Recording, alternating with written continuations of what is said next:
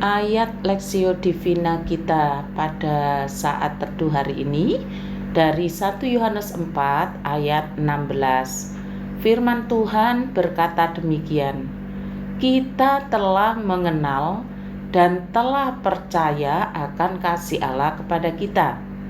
Allah adalah kasih, dan barang siapa tetap berada di dalam kasih, ia tetap berada di dalam Allah dan Allah di dalam dia.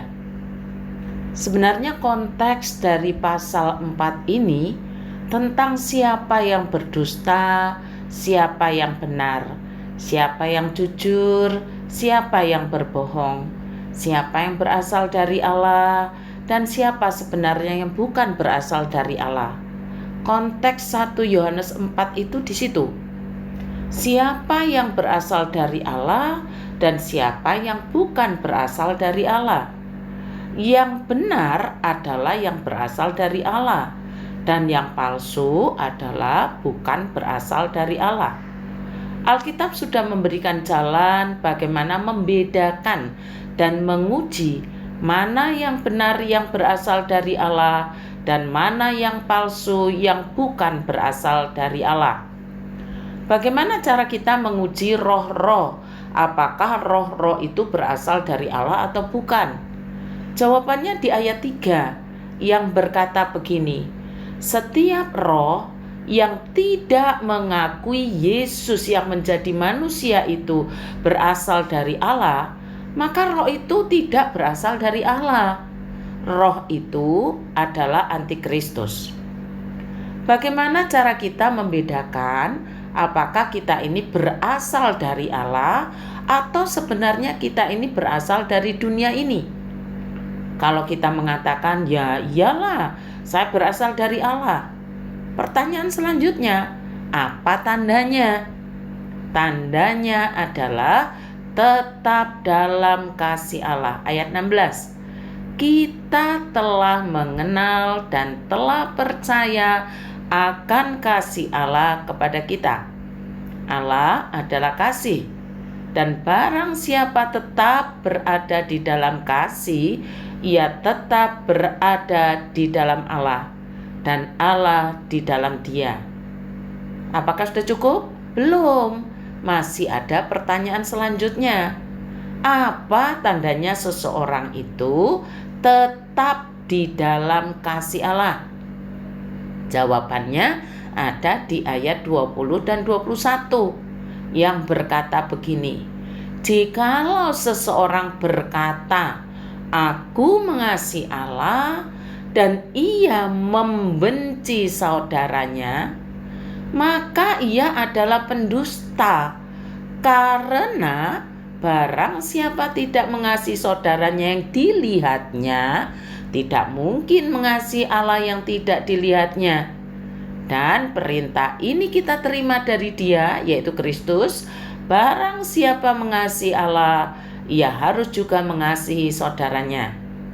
Nah, sekarang sudah jelas ya, apakah saya dan saudara berasal dari Allah atau sebenarnya sejauh ini kita malah berasal dari dunia ini. Dalam kehidupan kita tidak lepas dari ketegangan antar sesama, kesalahpahaman, bahkan perselisihan.